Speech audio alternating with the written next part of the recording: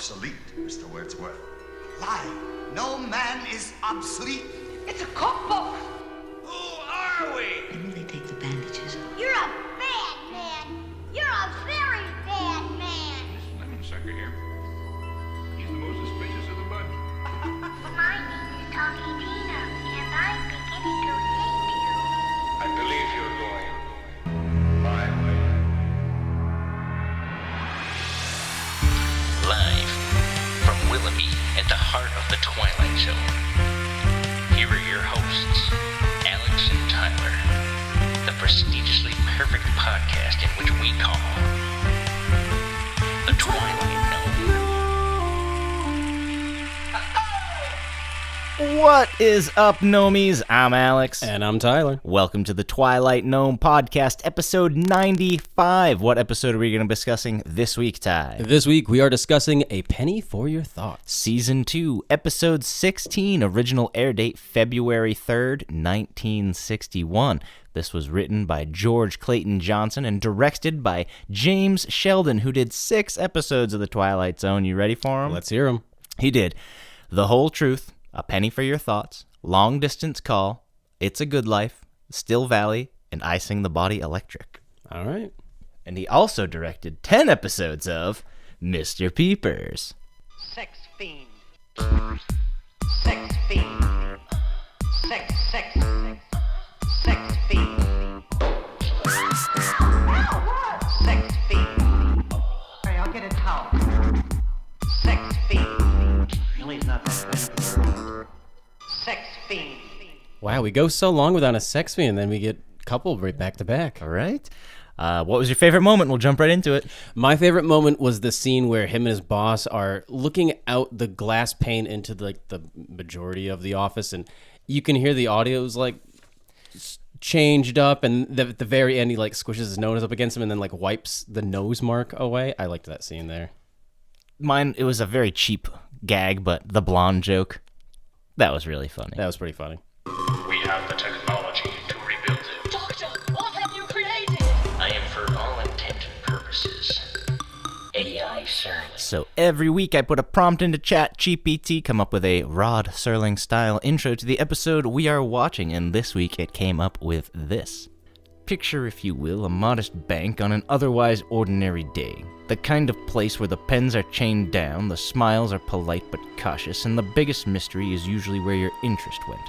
But today, for one man, the cost of doing business is exactly 1 cent, a penny dropped not in a vault, but in a certain unexplored corner of the human mind. Yes, tonight's episode poses a simple question. What if you could hear what everyone around you is really thinking? Not what they say, not what they rehearse on the way to work, but the unfiltered, unflattering, occasionally alarming thoughts they'd never dare deposit in polite society. A bargain at first glance until you realize some thoughts are overpriced at any amount. Submitted for your approval, a story about loose change, tighter smiles, and the sudden realization that ignorance, like a penny, may be small, but it's often priceless in the Twilight Zone. I noticed this one's not fourth wall breaky like the past couple of ones have been. You're just doing back to normal? No, I told it to do meta and funny, but sometimes ChatGPT just decides to do its own thing. I'm kind of disappointed with ChatGPT lately. It has a lot of misses. I try and use it to help me with the Mr. Peepers connections, and sometimes it'll give me a lot of false positives, and then I correct it, and it goes, it's like, well, I'm sorry, I don't know the thing like you do. Like, what? You're fucking supposed to be looking all this stuff up on the internet. Yeah, I feel like it's definitely gone downhill. All right, so every week Tyler and I come up with a few questions for each other, keep each other on our toes while watching said episode. I have 3 this week. I also have 3. All right, go for it. It's an odd episode. All right, what is the license plate of the car that hits him? Dang. FJ7105. No, all numbers, 477683. All right. According to Mr. Sykes, he is going to bet half the money on which horse? Pretty Pony. Lucky Lady. Ah, they like the alliteration there at the horse tracks. What company does Mr. Sykes own? It's an oil company, ain't it? It's like Ajax Concrete or Construction. Ajax Cement. Damn it. Pretty. You said concrete. Yeah. Kind of same thing.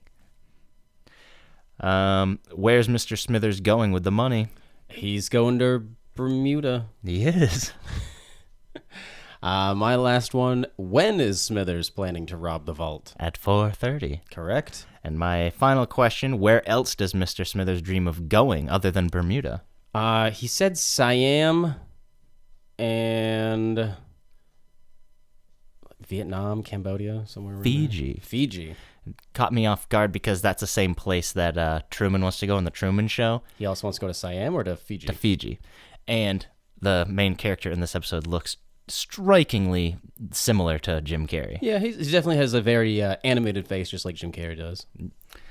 All right, we'll jump right into the plot of this one. We open on a guy coming out of the subway tunnel to a newsstand. He throws a quarter in a bin. It lands on its side, and the guy's like, "It must be your lucky day, mister. That wouldn't happen again in a million years." A guy runs into our main character, and we hear his thoughts because obviously some reverb, a little effect there. And then we hear a woman's thoughts. We hear another guy that runs into our main character. The third guy that runs into him, I hope he doesn't hurt me. Like, our main character, Hector, is not a tough-looking guy to begin with. It's just a really weird thing for this man to think. Maybe he wanted it or something.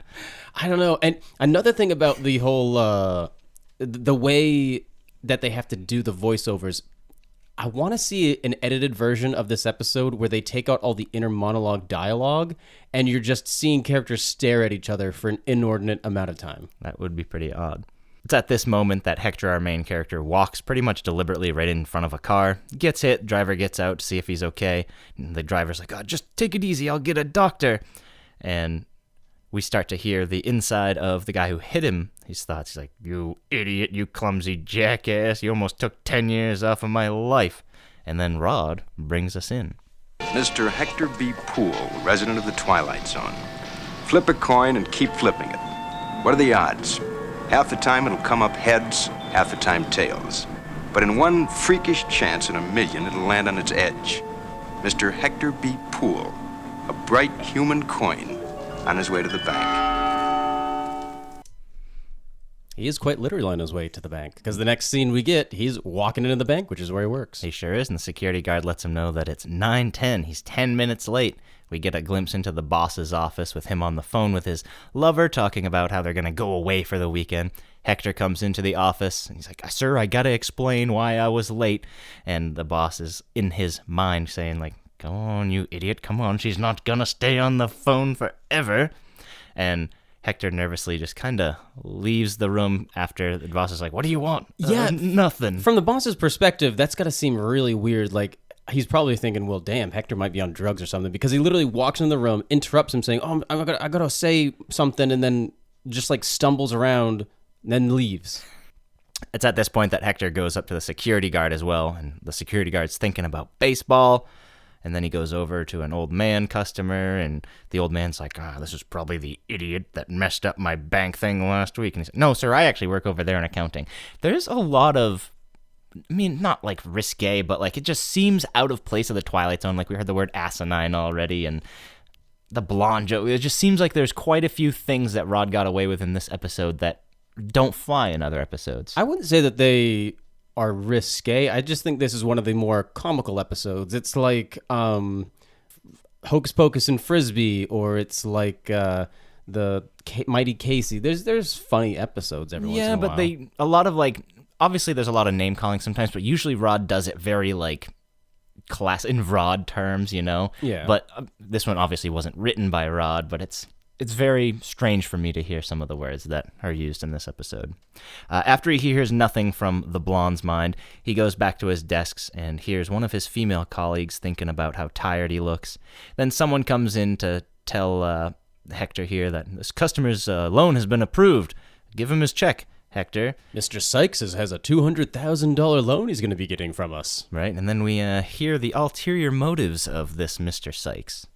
$2,000. That's quite a sum. You expanding, Mr. Sykes? That's right. That's wrong. Which is it? Pardon me? Oh, nothing. Mr. Sykes, you are aware that this loan must be completely repaid within 90 days. I certainly am. If I bet the money right, it could come to well over $1 million. I could pay back the loan and have enough to keep Ajax out of bankruptcy. I'll put half of it on Lucky Lady in the 6th. Like you were saying about people just staring off into space, like if a bank customer is just staring off into space for that long, like, sir, you there? You awake? What are you doing? Also, 90 days for a bank loan is a really short turnaround time, do you think? Right. Like, because it's a business loan, or? I'm not sure. That is, especially in 1961, that's like probably over $1 million today. Like you get $90. Like you have 90 days to return this large sum of money. Why would you take it out in the first place if you could get it back that quick? Yeah, it just doesn't make any sense. But anyway, Hector's like, hold on, wait a minute here. He's like, you're going to bet it? And the guy kind of, this is outrageous. And then the boss, Mr. Poole, comes in. Or no. Mr. Bagby. Mr. Bagby comes in, and he's just like, what's going on here? Poole, I'll talk to you later. And then we hear a female voice saying he should stand up for himself more. And at first, we kind of, the first time I was watching it, I genuinely thought it was the bust, because he looks at this like bronze bust of like Shakespeare, Benjamin Franklin or someone, whoever it is. And yeah, it kind of seems like the statue itself is talking. Reminded me of the episode of Hey Arnold where Helga's friend there, the nerdy one, she's like Phoebe. Guilt-ridden because she cheated on some writing contest, and she has like that little statue of some poet. Yep. And it like guilt trips her into confessing. They kind of remind me of that. Anyway, we find out that it's Helen, and she's been thinking at him, and she's like, so he walks over, finally finds out that it's Helen that's giving him all these positive thoughts, and he walks over to her, and he thanks Helen for all those positive words that she didn't actually say out loud. And then along we get the comes, frat brother. Yeah, along comes his other coworker who's kind of bad-mouthing Helen inside of his own head. This is some of the funny dialogue that you wouldn't hear in another thing, like, hey, legend of the dog-faced woman. What does he say? Something about, like, if he says, oh, you're the prettiest girl in that department. And then he, inside his head, is thinking, like, which isn't a long shot because there's a lot of ugly women in your department. Right. Or something along those lines. And for saying that, Hector pours his water on the guy's head, and he's like, you did that deliberately. Hector then walks back to his desk, and then an old man comes by. Have you noticed this old man? We've seen him in quite a few Twilight Zone episodes. I remember him in the piano one. And he plays a butler in a second one, too. This man was made to be a butler. I can't remember what he was a butler for in the second one. We'll get more into it inside the it was, Twilight Zone. It was The Silence. Yes. All right. The old man sits down at a desk near Hector, and he starts to think, and I'll play some of this because he has some sinister motives. But they'll be sorry for their treatment of me. Yes, at 4:30 this afternoon, I'll go into the vault like I always do. I'll take my briefcase with me, and no one will suspect a thing. I'll fill my briefcase with currency and be on ship to Bermuda by nightfall. They'll be sorry. Yes, indeed.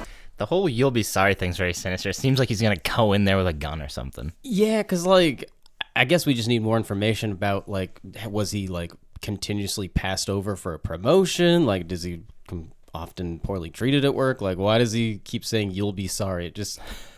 Right. Next shot, all the bank customers are leaving. We see the clock that it's 4:25. The end of the day. Hector's looking kind of distraught, and he talks to a security guard alone. He's like, you'd never use that gun, would you? And he's like, yeah, what do you think? It just holds my pants up, kid? Then he sees Mr. Smithers and decides to go talk to Helen. He says, I got something really important I got to tell you. And she's thinking, I wish you would take me somewhere private, like that next door office next to Bagby's that's empty. And he goes, that's a good idea. Let's go in there. And then he kind of lets her know what's going on. Miss Turner, I can read people's minds. Think something, anything at all. This is a strange approach. Why did it take him so long to gather up his courage? Well, it just happened this morning. You may think that I'm crazy, but, I have reason to believe that someone plans to rob the bank this afternoon. Oh, well, if someone's going to rob the bank this afternoon, you should do something about it. But what if I'm wrong, Miss Turner? You have a responsibility to the bank, to the stockholders and depositors. That part right there just really threw me out of the episode. It definitely screams like a TV PSA from like the 1950s and 60s. A good employee. A good employee always tells and rats out on his other employees if they're going to be stealing. Don't forget, you have a responsibility to the shareholders. Right. Who cares if he's going to bring a gun, stand in front like a human body shield? It was kind of weird. Just the dialogue on that, very strange. I'm wondering if it was a product of like the Hays Code at the time. I don't know. Maybe. Hector goes into the boss's office, and the boss says, what's going on with you? We lost that Ajax account because of you this morning. And then Hector tells the boss, you won't believe it. And the boss is like, I'll believe anything. And Hector proceeds to tell the boss that Mr. Smithers is planning to rob the bank. Bagby says, old Mr. Smithers, he's been here so long, though. He would never do anything like that. And then immediately flips with, but then again, it's always the people you least suspect. Like, this man does a flip very quickly in his mind of like, no, it couldn't be him. Actually, it definitely is him. Right? And then it's kind of weird. They do like a little back and forth of your favorite moment. And he's like, now watch, he's gonna get up. Like, he's saying stuff that anyone could probably tell. And Bagby's in the back going like, whoa, this guy can fucking predict the future. Yeah. I still like the comedy of it. Again, I think this is definitely meant to be more of a funny episode. For sure. Bagby's surprised. He goes over to the security guard and tells him, check Mr. Smithers' bag when he comes out of that vault. Mr. Bagby's like, and then Mr. Smithers comes out of the vault, and Bagby's like, you thought you'd get away with it, huh? Open his bag. They open it up, and there's just a sandwich and some shit, and he's like, where's the money? And Smithers is like, is everyone gone insane? What money? And Bagby's like, where's that idiot Poole? And then Poole is quickly fired by Bagsby. And then Bagby then kind of apologizes on behalf of the bank to Smithers. And then Smithers has this to say. How did you know? How did you know, Mr. Poole? It's true, of course. I was thinking of filling my briefcase with the bank's money. Yes. It's a little dream of mine. Have you ever had a dream, Mr. Poole? I have. I don't always plan on Bermuda, though. Sometimes it's Siam, Fiji. Beautiful exotic places where there are no books to keep. But I'll never go through with it. You know what? I've lived with it too long. I'm old and set in my ways. And besides, Mr. Poole, I guess I'm a coward. Next shot, Hector goes over to Helen, and she kind of consoles him a little bit, and she's thinking, he's such a nice man. If only he could get these delusions out of his head and get the right mental care. He's like, they're not delusions, Helen, except, well, at least I couldn't do this before this morning. He's like, everything was normal. I never imagined people were like that. Everyone's so mean. Yeah, I do like this. They're trying to like kind of wrap up his whole moral lesson that he's supposed to have learned from this experience, which I don't fully feel is earned because it's not like he ever wanted to read people's minds to begin with. But like he's kind of talking to Miss Turner and saying, seeing people reading people's minds is like seeing them naked and without clothes. Like you kind of see their true personality, and it's not at all how you want to see people. Right. It's at this point that Bagby comes out of his office and he's like, Poole, that on the phone there, it was just that Ajax account. It was true. He was just caught gambling with the company's money. Bagby's like, so anyway, about that job, it's still available if you're interested. And we hear Helen's thoughts, and she's like, if you can really hear me, everyone knows you should be in charge of the accounts. And Hector says to Mr. Bagby, everyone knows I should be in charge of the accounts, pretty much saying everything that Helen is saying. And he's like, you should give me that empty office and give me a raise. And the boss is like, you're crazy. And he's like, sir, come over here for a second. I know about your girlfriend. Blackmails his boss. I don't know if that'd be the right move, but... I mean, hey, it worked. Yeah. And then Helen's like, good job standing up for yourself. And he's like, also, how about you get a one-way trip or a round trip? One-way trip. Send Smithers just one way. We don't need him back. Get to Fiji. And he's like, that's out of the question. He's like, sir, points to his wrist. Your date. All right, fine. I ain't got time for this anyway. Smithers can have his trip to Bermuda. And then he's walking Helen home after he hears in Helen's head that she wants him to walk him home. And as they're on their way back, he stumbles by that exact same newspaper salesman, and his coin is still up, at least it is for a split second. When he buys another newspaper, he ends up knocking over his own lucky coin. And the guy's just like, well, come on, mister, I had that thing standing on its side all day. Oh, wait, it's you. You're the one. Huh. What are the odds? Kind of impressive that he managed to keep it on its side all day. Right. And, of course, the magic is broken now. He can't hear anyone's thoughts. He's all excited. Helen, try and think something at me. He's It doesn't grabbing work. so many strangers and shaking them, and they do not react Right. at all. Very strange. But he's very happy. Everything's back to normal, and Rod takes us out. One time in a million, a coin will land on its edge. But all it takes to knock it over is a vagrant breeze, a vibration, or a slight blow. Hector B. Poole, a human coin, on edge for a brief time in the Twilight Zone. A vibration or a slight blow. All right, that's our episode. Tyler, what did you learn? People aren't as freaked out as they should be when a random stranger grabs them. That's true. All right, we'll get right into ratings. IMDb currently has us at an 8 out of 10. I think I like this a little more than you, so you want to go for it? Yeah, I'm going to give this one a 5.5. They managed to make mind reading look boring in this episode. He doesn't use his new gift effectively at all, and he's happy when it's gone. The moral's also unclear, too, since the powers gave him a promotion and a girlfriend, yet he's happy when he doesn't have the powers any longer. It's just a very mixed message, and I don't know. I feel like with such a cool power, they could have done a lot more. I'm going to give this a 7. I really enjoyed the comedy aspect of it, and it didn't seem to linger. There wasn't any parts that were like, all right, come on, let's get this over with. I quite enjoyed this episode. I thought it was funny. It is Twilight Zone-y, and it's one of their comedy ones, which usually kind of fall a little bit flat, but I would definitely watch this episode over again.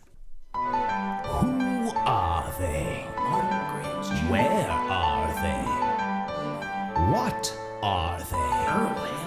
Let's find out together in the Twilight Gnome presents Inside the Twilight Zone. All right, so this week we have Dick York. He played Hector. He was in 2 episodes of The Twilight Zone, this and The Purple Testament. He was the original Darren on Bewitched. He has the first 170 episodes of Bewitched. He was in 6 episodes of Hitchcock Presents, 4 Playhouse 90s, 3 Studio Ones. Quite the hardworking actor at the time. Then we have June Dayton. She played Helen. She was in 8 Studio Ones. She had 121 credits to her name from 1950 to 1986. 9 episodes of Days of Our Lives, but nothing that really stood out to me. She wasn't in any other episodes of The Twilight Zone? No. Oh.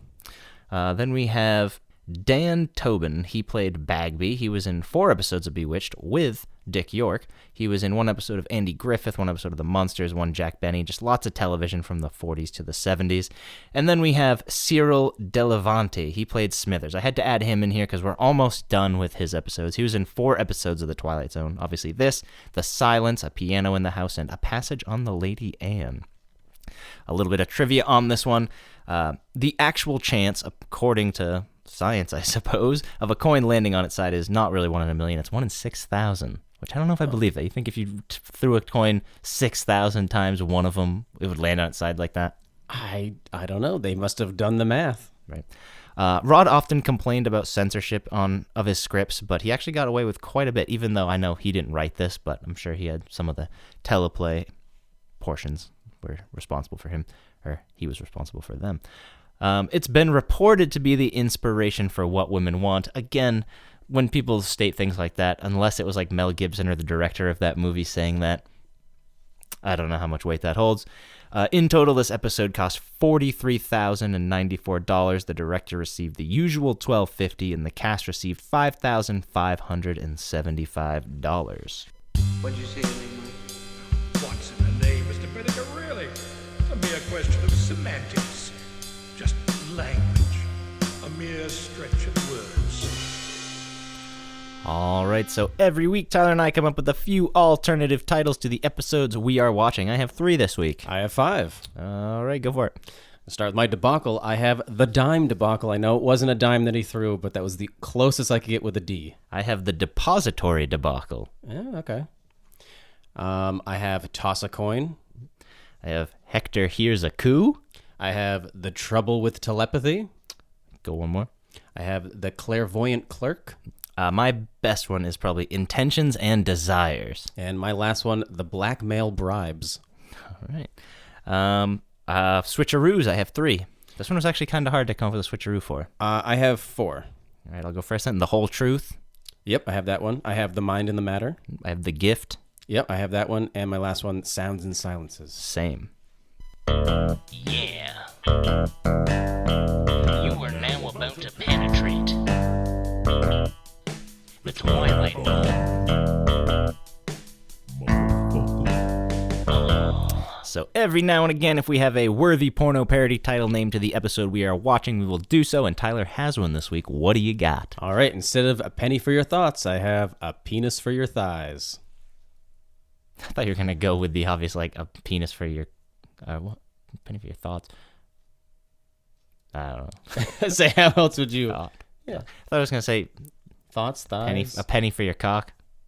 A penny for your... What, you sticking a penny inside your cock? No, a penny for your cock. It would be like a gigolo. Oh. Right? Yeah? Penny for your cock. All right. I like mine.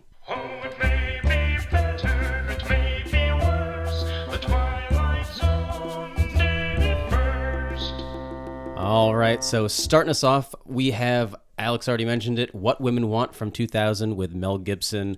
Certainly a lot of similarities there. They also do the whole gag of like people standing quietly for a while their thoughts are kind of going about. I can definitely see the connection there, thinking that it was definitely inspired by this episode. Along the same lines, we have the kind of reboot, I guess you'd call it, of What Women Want, which is What Men Want from 2019. We also have the 1997 Truth or Consequences NM. This specific episode is referenced in this film by the Criminals. Also, a 2002 episode of The Twilight Zone called The Lineman, where a person gains telepathy. They definitely recycled some of the ideas there in a different Twilight Zone episode. And then there's the TV show Heroes, where Matt Parkman, who is a police officer, suddenly discovers that he can hear people's thoughts. Pretty decent. All right, so every week Tyler picks the episodes. He does so by showing me an AI-generated picture. I play a little game where I have to guess what it is. Are we in Death Other, or are we... What's going on here? Are we doing the original format? Yes, so starting with the next one, which will be episode 96, we are going to return to all 5 categories, and we're going to have all 5 seasons. All right. I'm just going to guess a random one. The Last Flight. Holy shit. Oh my god. I'll let you guys in on a little secret. Tyler's going to Japan, so we have to record like 4 of these. So he's spoiling the magic. All right, yeah, next week, The Last Flight. Was it a good one? It was very good. I did like this episode a lot. All right. I know you also know if you liked it or not because you've already done your research. I have. So you guys are looking forward to that. We're actually going to be recording that as soon as this episode wraps up, but you won't be hearing it for another week. Right? All right. Well, yeah, The Last Flight. It's a good one. Season 1. Be there. Or be square.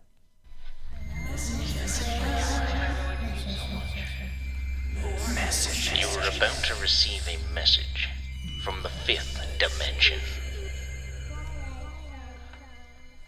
All right, so we got one comment on our newest episode, The 4 of Us Are Dying, and our comment comes from Rachel F. Rachel F says, yes, a sex fiend. We're very excited for him, too. And it's kind of funny that we got 2 in a row after such a dry spell. I'm wondering if the next episode... Yeah, dry spell. I'm wondering if the next episode is going to have another sex fiend. Oh, we'll have to wait and see next week. All right, just a little bit of housekeeping. If you guys could please continue to like and subscribe on the YouTube page, it would mean the world to us. If you could go and check out any of Tyler's polls that he's dropping on Tuesday. As of right now, he just dropped one yesterday as the date of recording. Yeah, I did. It's all about superpowers. Which one would you want the most?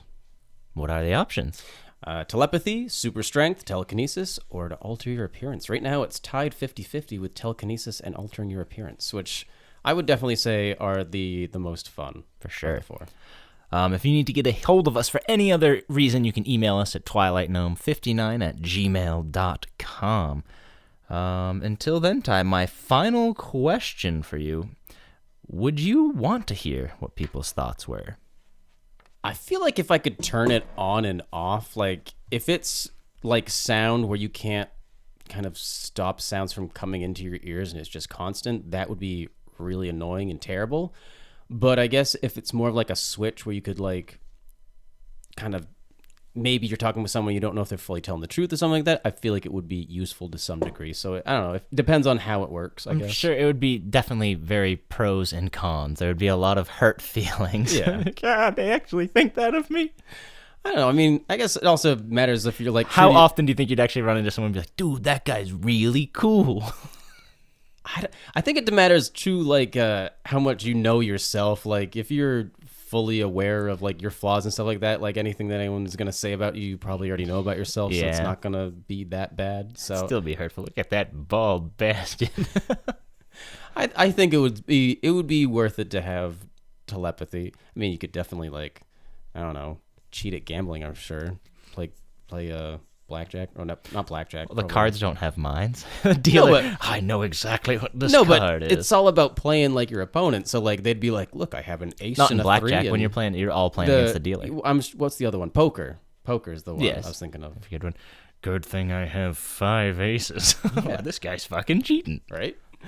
Pretty good. Yeah, I'd probably. I think I'd want. You could use it to your advantage to get quite a bit. Yeah, but it would be annoying, especially like. If you were like, I guess, if you were sleeping, would you still hear it? I guess if there's people around you that are also thinking loudly in their sleep. Or like if you're on a subway that would otherwise be quiet and then just like everyone's thoughts are all buzzing around like. And that's probably something that like you couldn't get away like by just putting headphones in. I don't think that would stop it. You'd be hearing music and you'd have to put on like a metal hat. You would never want to go to cities. No, that'd be terrible. No. But yeah, if I could turn it on and off, I'd take it. Probably the same. All right, well, until then, Ty, do you have anything to say to our dear, dear listeners? Yes, we'll be in all your thoughts. We hope that we are in all of yours, Gnomies. Thank you very much. It's 4 o'clock, the howling man is gone. Frisbee's telling stories, Mr. Dingle strong. There's time enough for the real Martian to stand up. Next stop, will it be? There's something on the wing, Walter Jameson won't live long. Feel like I'm 5 characters in search of exit. Help, I'm slipping into the twilight known. Luckily on Thursday we leave for home. The chemists came and gave beauty to behold. Where's everybody? Get out and Tyler on the phone.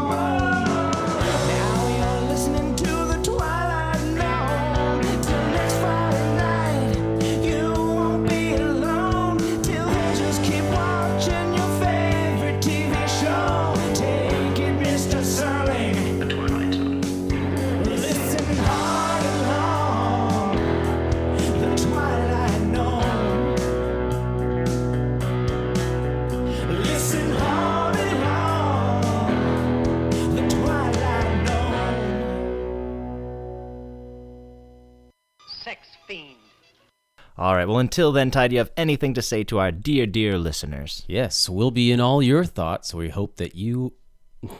Try that one again. You almost had it for a second. Boop! We'll be in all your thoughts. We hope that we are in all of yours, Gnomies. Thank you very much. We'll be in all your thoughts. We hope that we are in all of yours, Gnomies. Thank you very much. We'll be in all your thoughts. We hope that we are in all of yours, Gnomies. Thank you very much. It's 4 o'clock, the howling man is gone. Friends, telling stories, Mr. Dingle strong.